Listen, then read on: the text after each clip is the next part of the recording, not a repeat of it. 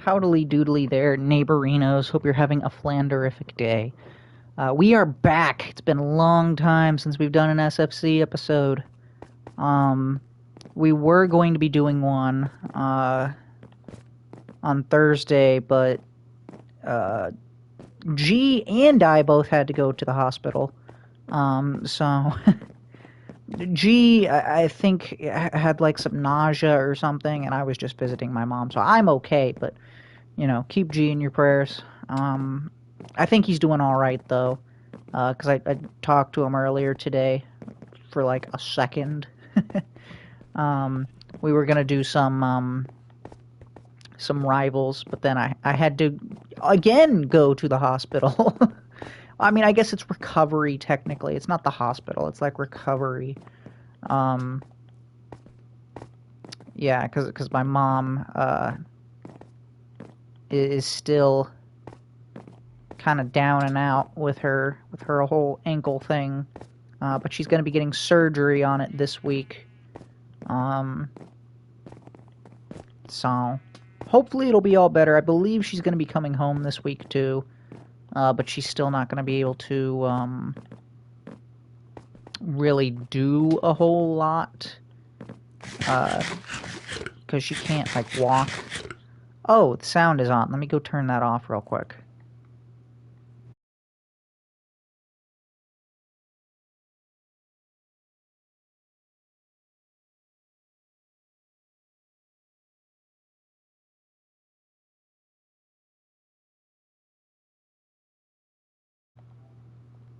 Okay, cool. The sound is off. Um, yeah, so she's not going to be able to put any like weight on it or walk anything. But she should be able to like hobble around basically with a walker. Yeah, so that's what's going on with that. So this episode, since it's been so long, I thought that we would do a fun and exciting episode where we do something a little bit different. And I think we're going to continue on doing this on the Sunday episode of SFC where it's just me. But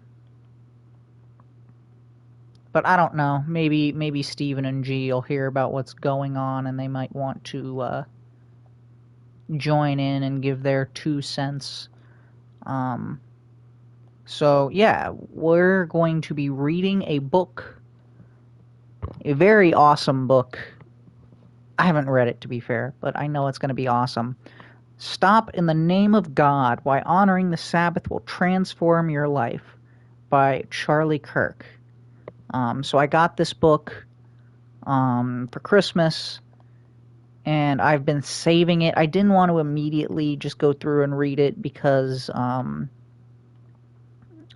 obviously I feel like that's a little wrong of me to do just because, it is Charlie Kirk's last book. So I wanted everyone the chance to go out and like purchase it themselves. I still recommend if you're watching this that you go out and you either donate to TPUSA or you go out and you buy the book from TPUSA.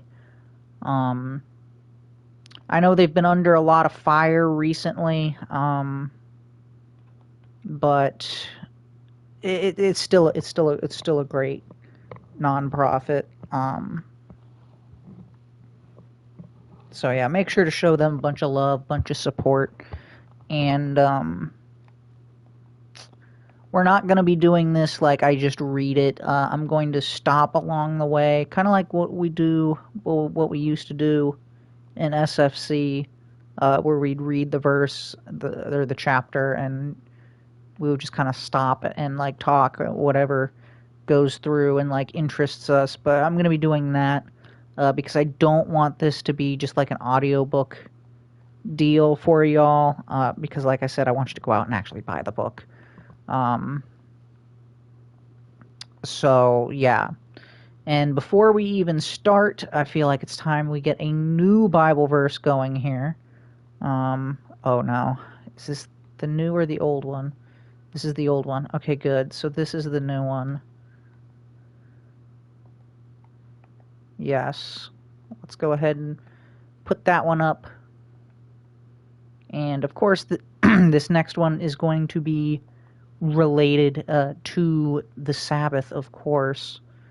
So let's start off with that, right? And then we'll get into the book.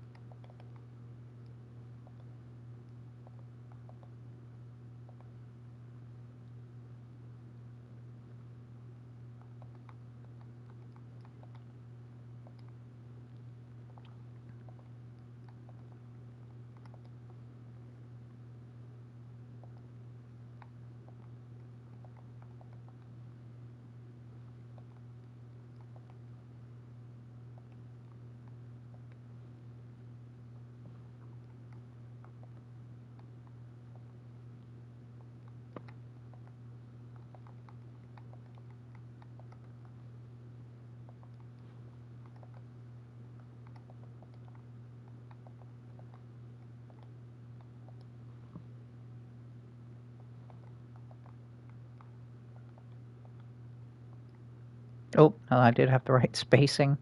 I thought I put one too many spaces.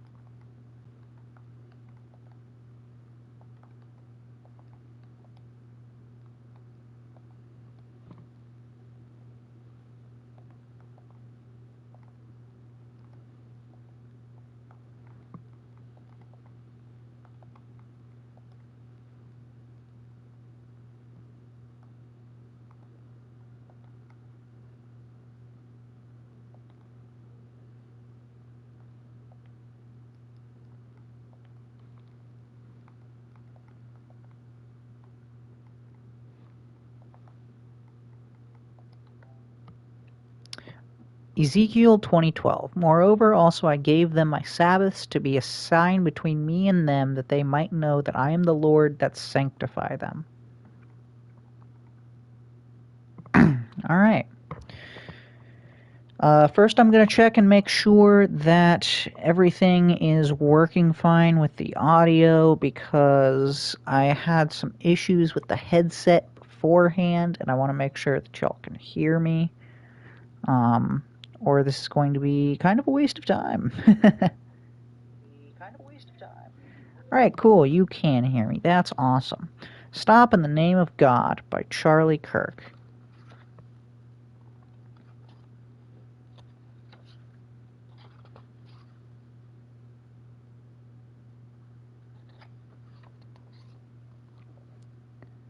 Okay, this is the foreword by Erica Kirk. When Charlie first spoke of writing a book on the Sabbath, I felt a quiet joy rise within me. Out of all the topics the world might expect from him, politics, culture, or the crises of our day, this was not the obvious choice, and yet it was the right one. I knew that he had been entrusted with a message for weary souls.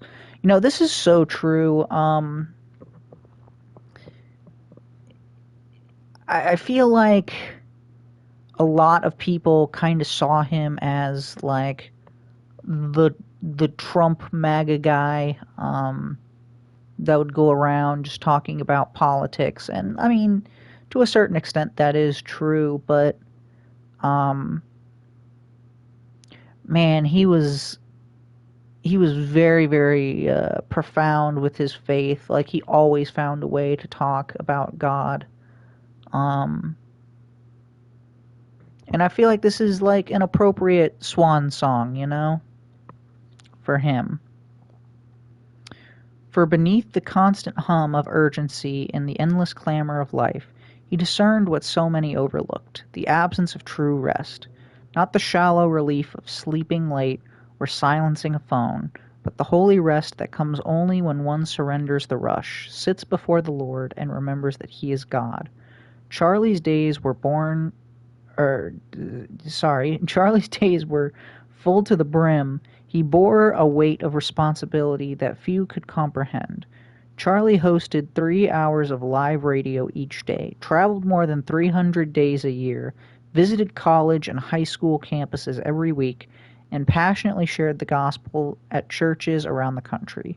Layered on top of this was the sacred calling of being a husband and father, roles he never treated lightly. By all appearances, there should have been no margin left, and yet there was. Charlie understood that human strength alone could never sustain such a life, or any life. I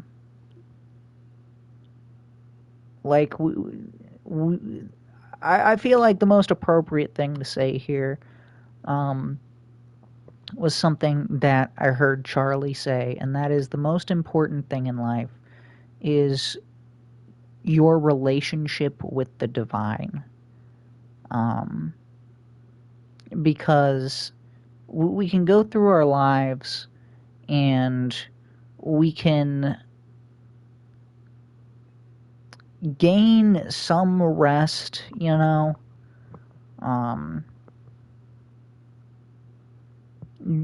just by kind of like relaxing or whatever.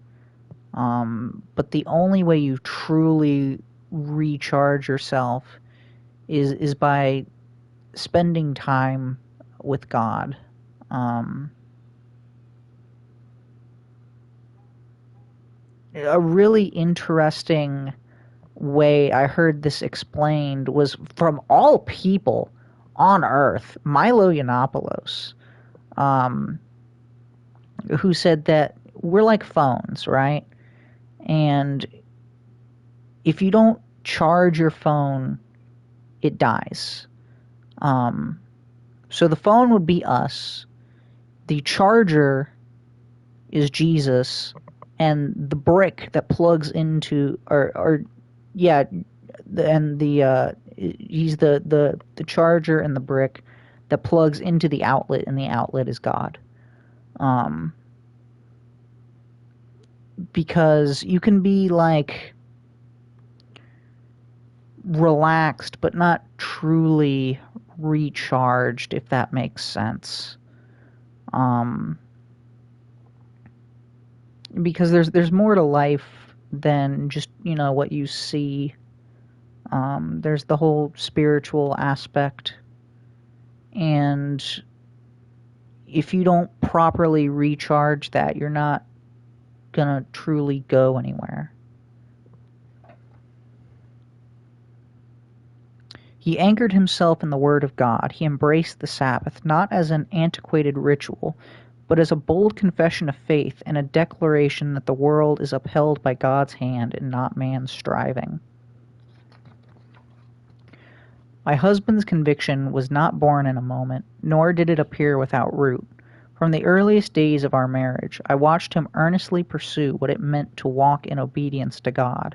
He was well acquainted with the lure of busyness and the subtle tyranny of distraction, as we all are, and he understood the quiet devastation they bring to families, to communities, and even to a nation.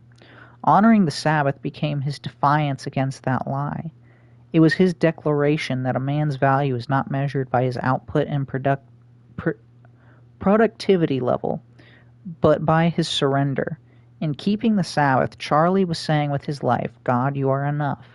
And because you are enough, I need not carry the weight of the world that was never mine to hold. The book is the fruit of that conviction. In Stop in the Name of God, you will hear Charlie's voice inviting you to recover what our hurried culture has nearly erased. His desire was for every generation, young and old alike, to rediscover the Sabbath as he did, not as a burden to bear, but as a gift to receive, a sacred rhythm meant to draw us nearer to God, to steady our hearts with his peace, and to restore our strength for the battles to which he has called us. I knew Charlie so deeply in a way no one else could. That is why I can say with certainty these pages are not theory for him, they are testimony.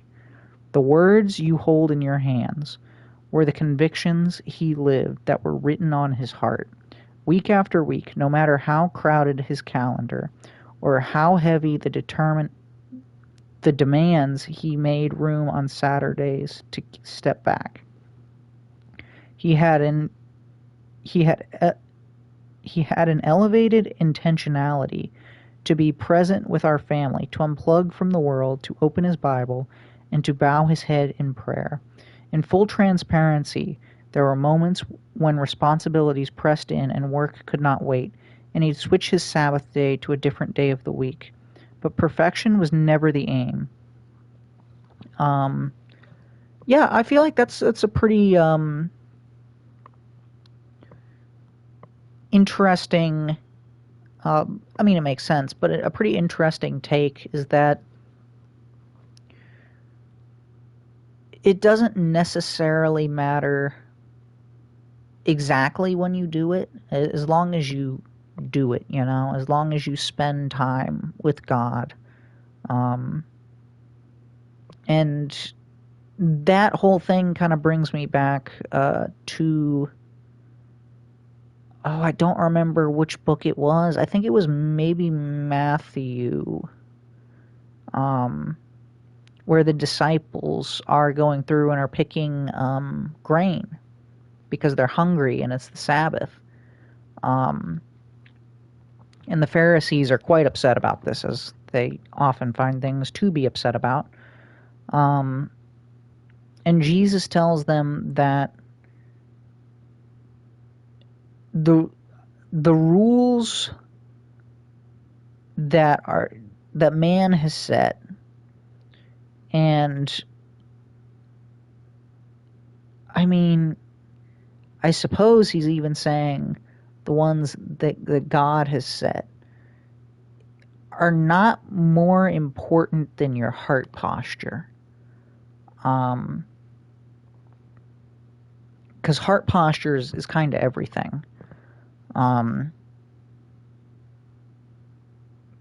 So it's not a big deal that they're going through and they're picking grain on the Sabbath because they truly love God. They're literally friends of Jesus, so they're friends of God. And it's not super important to get bogged down in the rules and the details, as long as you're truly trying to follow after God's heart. So that's kind of what that reminded me of there. His desire was obedience. There you go. And in that obedience, he was learning week by week to quiet the clamor of the world and to trust the God who holds it all. Looking back now, I see this book as one of Charlie's most enduring gifts to the world. He did not know how brief his time on earth would be. None of us did. But the truths written in this book are not bound by time. They will outlive us all, and they will outlive us all, as will the legacy of his faith.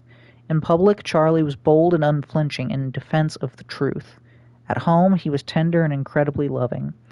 He fought fiercely for freedom, yet he also shepherded hearts with gentleness. That is so true. You always see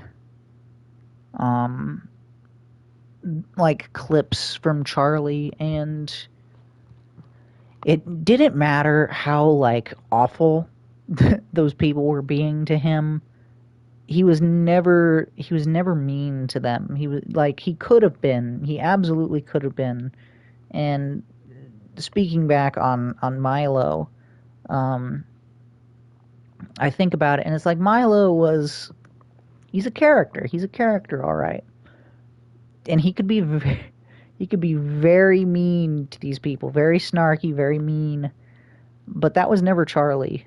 Um, Charlie always saw them as like lost souls. It's just, people who didn't understand, and he wasn't gonna like dog on them. Though he absolutely could have. He absolutely could have dogged on them. And people would have laughed. I would have laughed. Um, and he probably could have got like way more views from going through and dogging on these people, but that was never his style. Because, like I said, he saw them as children of God. Um,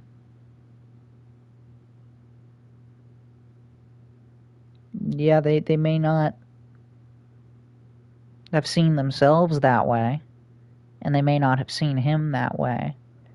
Um, but that wasn't going to stop him from the truth, That wasn't going to stop him uh,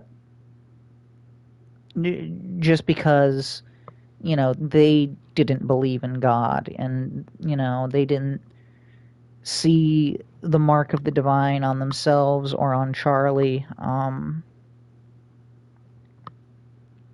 He wasn't going to go ahead and I guess you could say repay evil for evil. He lived with relentless pace, but he also knew the sacred value of stillness, and through it all his gaze was fixed on eternity. More than anything, he longed for others to set their eyes there too. There is no doubt in my heart that Charlie left this world doing what he loved most, standing firm for truth, for faith, for family, and for America. The mark he made will not fade. It is etched into countless lives and stories. So true. So true. I will absolutely never forget the man. Um, I was live. I was live when that happened. I was playing Silk Song.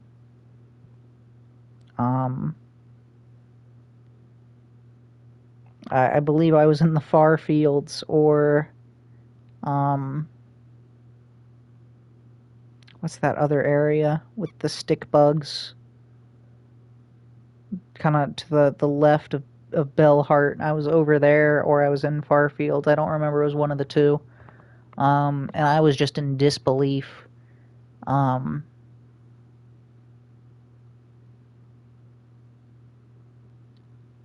And I mean, you can go back and watch that. I was devastated. Like, at first I thought he was going to be okay. Because I didn't see the full. I didn't see the full clip. I only saw an edited one that kind of cut off. So I thought he was going to be okay. I didn't see the unaltered footage. And I mean, you can watch when I find out. Cause again, I found out again on stream, and it was silence for the entire rest of the stream. Well, probably that and a mixture of me being quite angry at leftists.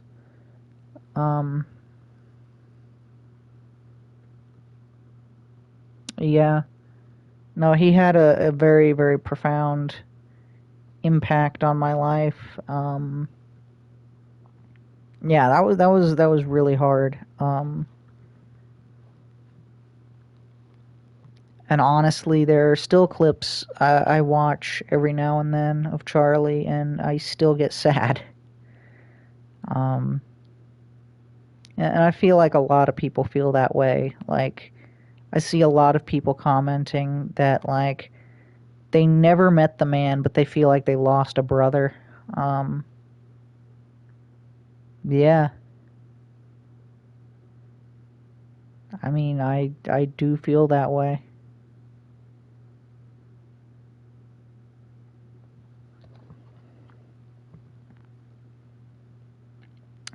Yeah, and I'm never ever gonna stop talking about him, and never ever gonna stop talking about the ideals that he lived and died for. Though he is no longer beside us, I feel a deep comfort knowing his voice still carries on. Um, I pray about that every day. That, you know, his voice will boom louder than ever before. Um,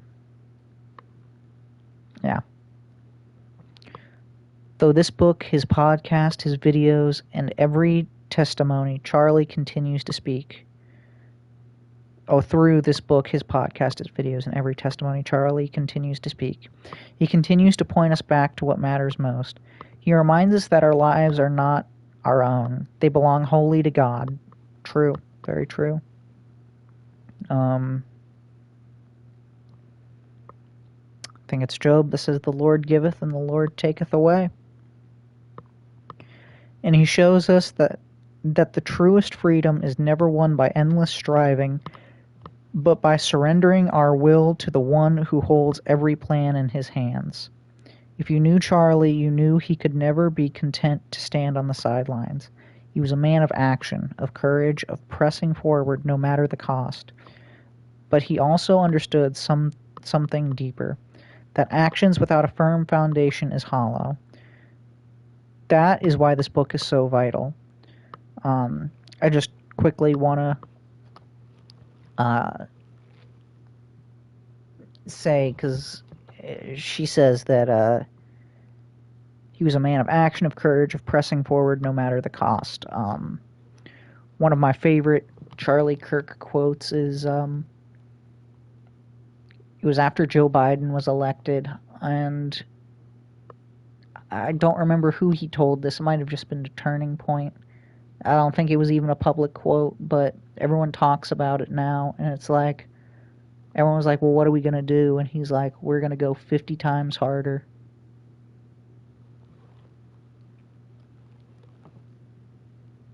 And I feel like that just really, it's so Charlie.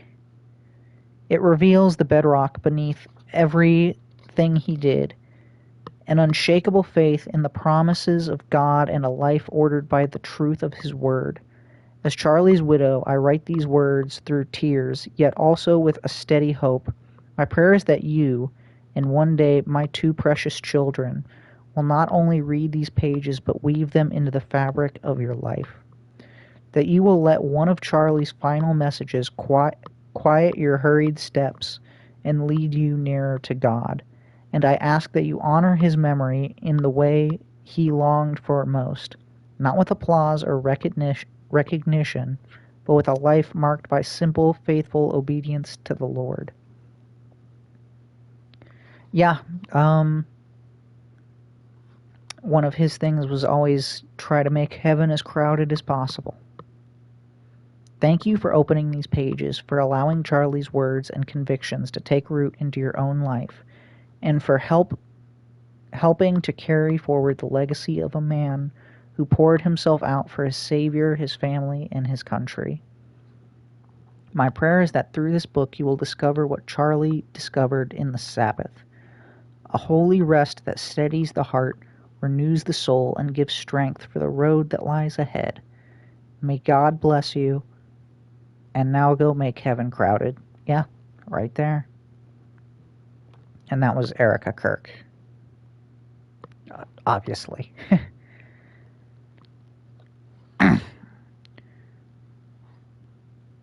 Alright, we're going to go ahead and read the prologue Um, and then I think we're going to end the episode. And like I said, we're going to continue on with this book on the Sunday episodes of SFC. In this book, I intend to persuade you of something that may at first seem quaint, old-fashioned, or even unnecessary. That the Sabbath is not merely a helpful tradition or a cultural relic. It is an essential to the flourishing of the human soul. I will define the Sabbath not just in doctrinal terms, but in existential ones. We will explore its origin, not in history, but in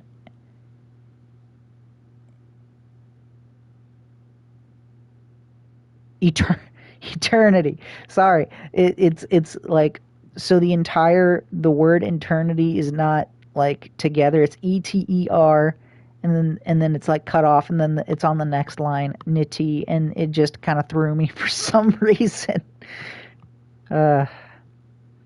Honestly, I needed a good laugh. I've been reading this book, and it makes me sad. It does. It makes me kind of really sad. I love it, but at the same time, I feel like this is going to be kind of hard for me to get through. Yeah. Because, it's just like...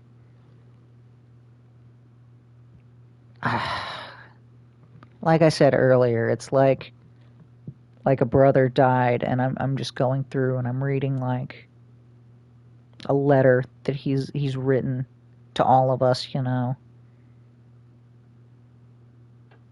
And yeah, so like I said, it's going to be a little difficult at times, so it's good that I've got a little bit of a laugh in there at my inability to read.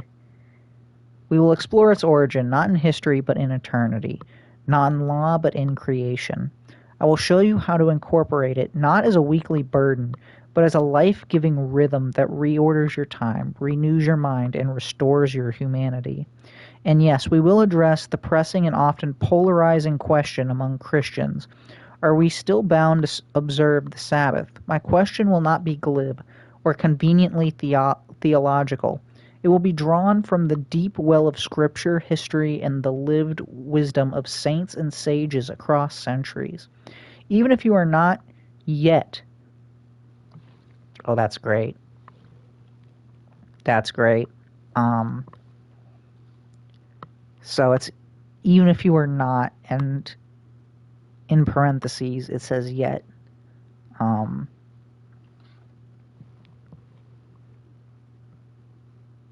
Yeah, I like that a lot. It just really shows the optimism of the man.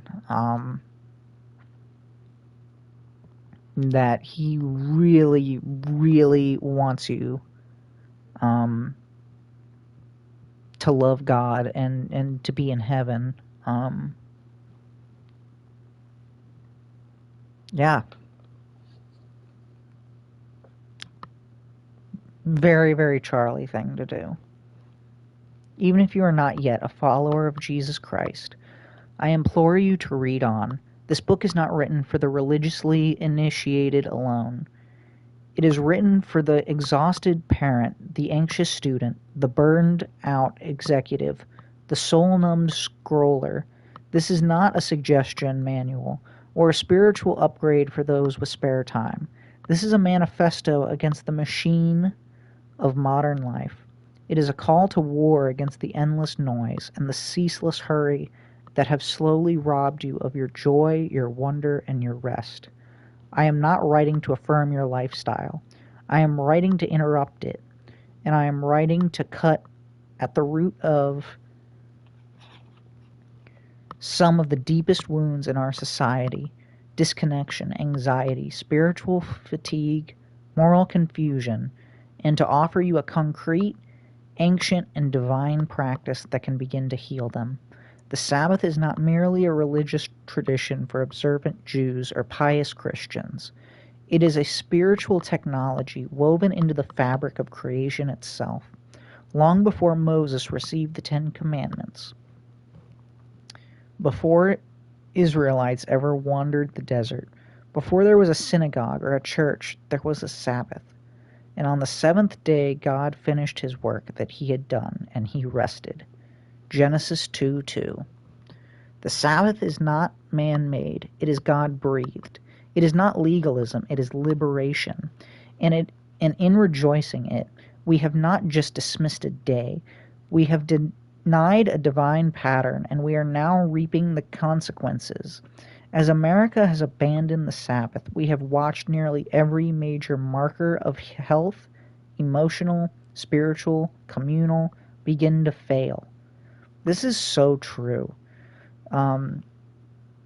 You take a look at just society, the nation on the whole.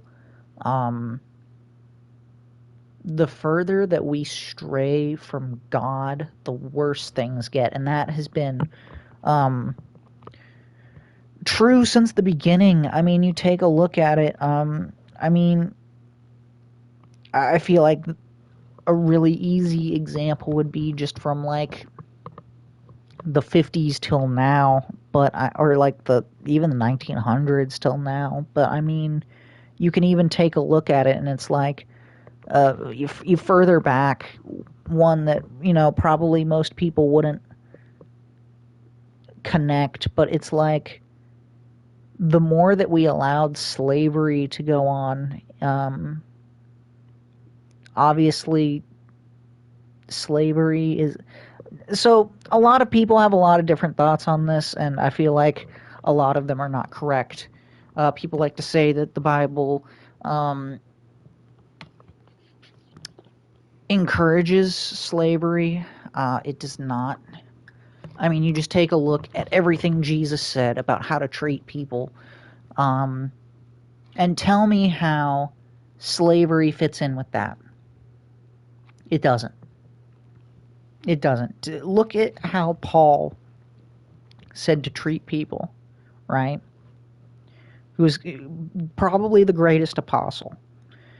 And you tell me how anything he said about how to treat people jives with slavery. It doesn't. And every time that Paul mentions slavery, it's used as an analogy. It's not prescriptive. It's using an example that everyone would be aware of to mark a greater point. For example, he talks about how slaves should obey their masters. And that's just talking about how you should follow authority and you should respect the people who are put in charge of you. That's not saying slavery good. But to get back to my further point is like the more into slavery we got and the worse it became, it led to disaster. It led to civil war. And then you take a look from like the 1900s, we had a very, very successful, very prosperous nation. And we started progressively getting further and further from God. Starting probably around the 60s. And it just compounded and got worse. And take a look at where we're at today.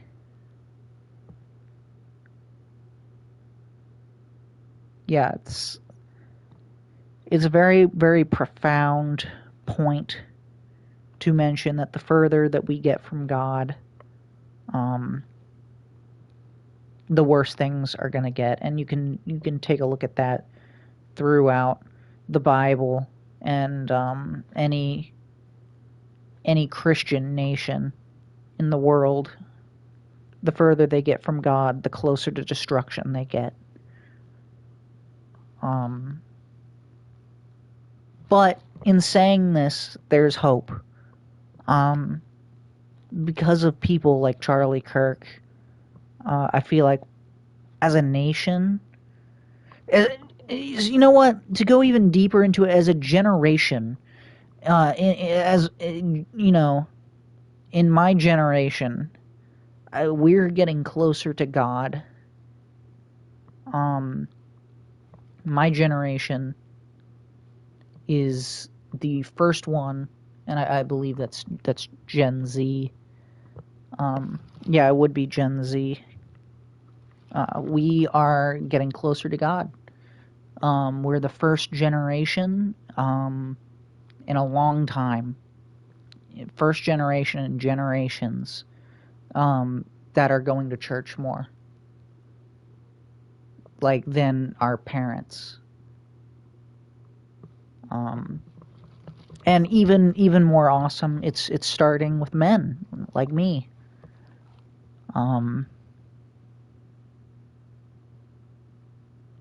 So my hope is that with that,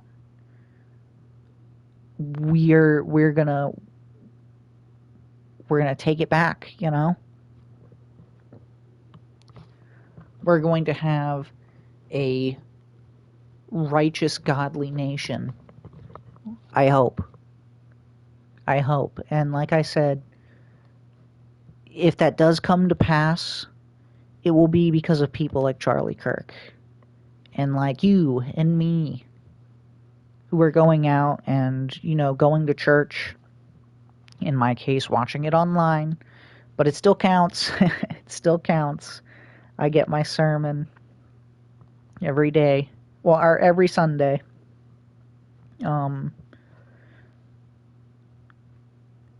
Wherever you get it, try to get more God, because, like I said, I think we can. That is one of the things that will really help take this nation back. Yeah.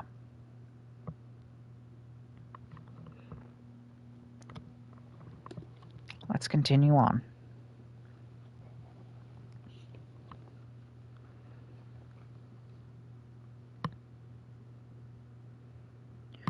We are more productive and less peaceful.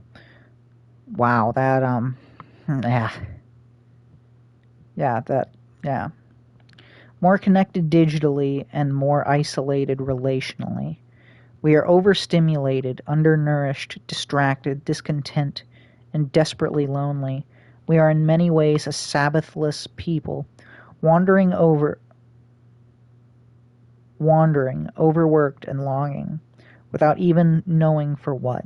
I have no qualms about this book. My mission in writing this is very simple. And this is in bold here, and I feel like I gotta mention that, because if Charlie thought it was worth putting in bold, then it's worth me telling you it's in bold. I desire to bring all humanity back to God's design, to rest for an entire day, to cease working, to stop in the name of God. This book is an invitation to return, not to a law but to a life, not to a calendar restriction, but to a soul restoration. You were not made to live at the speed of your notifications. You are made to know God, to walk with Him, to delight in the world He made, and to rest in His sufficiency. The Sabbath is not fringe. It is the frame that holds life together. Let me show you why. All right. That is the end of the prologue.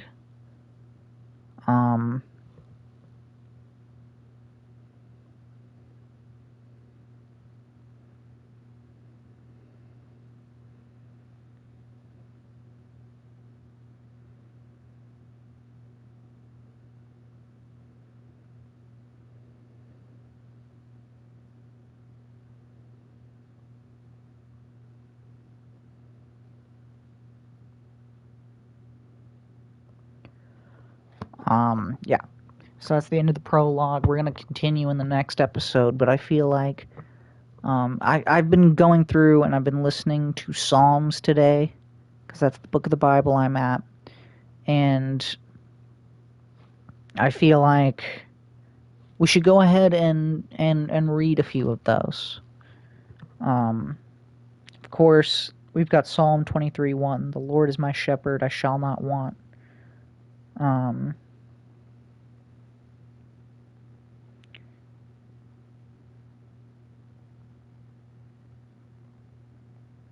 There's Psalm 34, 9 through 10. I actually listened to this one today. O fear the Lord, ye his saints, for there is no want to them. O fear the Lord, ye his saints, for there is no want to them that fear him. The young lions do lack and suffer hunger, but they that seek the Lord shall not want any good thing. Psalm 37:19. They shall not be ashamed in the evil time, and in the days of famine they shall be satisfied.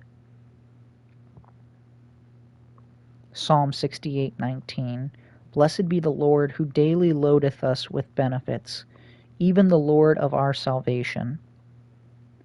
Psalm 84:11. For the Lord God is a sun and shield. No good thing will he withhold from them that walk uprightly.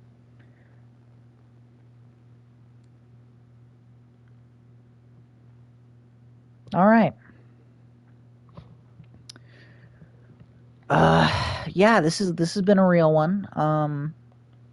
I feel like this is going to be a really, really, really good book. With a great lesson to it. I gotta say, as I was reading the prologue, there were a few parts in there where it's like I could almost hear him saying it. Especially if you are not yet a follower. Like, I can almost picture him saying it and hearing the words come out of his mouth.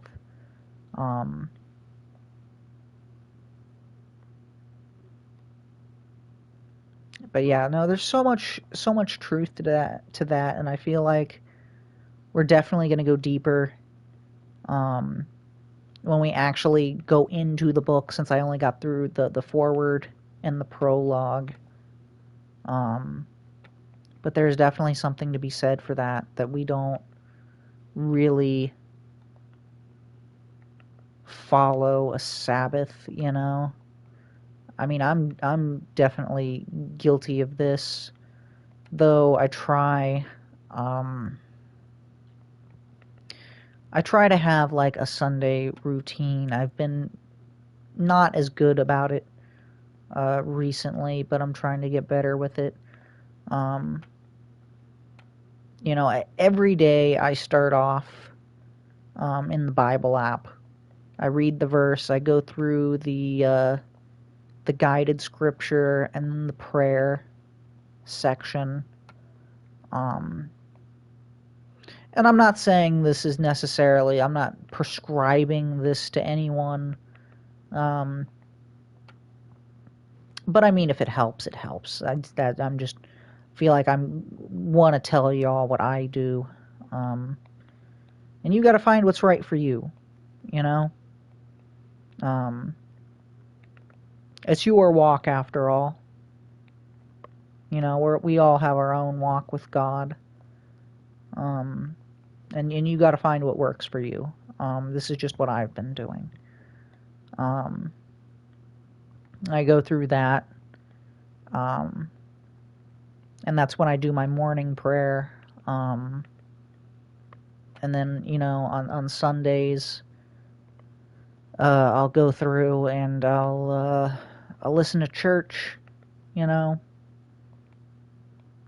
And after church, like I said, I've been kind of bad about this part, but I got better with it because I'm getting better with it because I actually did this one today.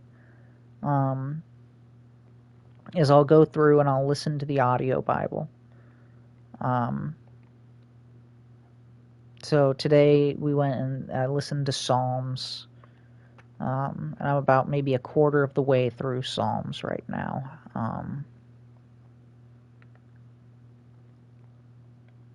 And, you know, typically while I'm doing that, I'll do like a stream. I'll play like some Marvel Rivals while I'm listening.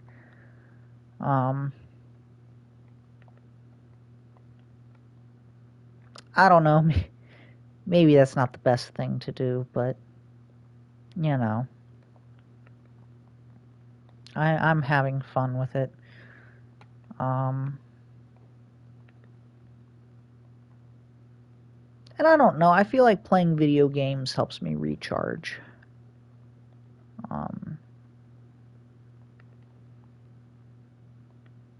But yeah, that's probably not the stillness that Charlie is talking about. I don't know. It's very hard for me to be still, I guess. Um,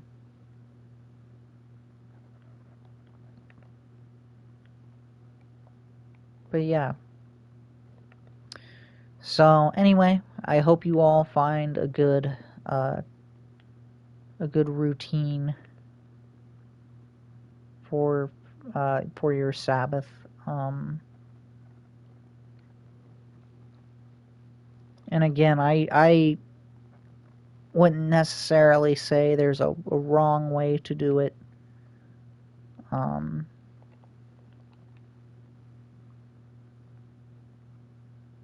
I don't know. Maybe I'll come to another conclusion after we're done reading this book. Maybe I'll have a bit of a better perspective on it. You know, Charlie's a very wise man. I don't know. I guess we'll just see on that now, won't we? But yeah, I hope you got something out of it. I hope you all are gonna enjoy this whole series that we're gonna do. And I also just want to point out that I'm not going to be putting it in the title that we are reading that book, because this has been another thing I've kind of been wrestling with, is like I don't want to like get clicks and views because I'm reading his book. You know, I feel like that's disrespectful. So yeah, it's not going to be like in the title or whatever. But the hope and the idea is that just, you know, people will naturally click on it. They'll like naturally click on it. They'll enjoy it, and you know they'll get something from it.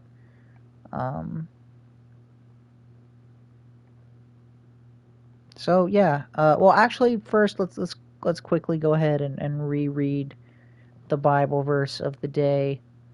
And then I think we'll go ahead and we'll end the episode.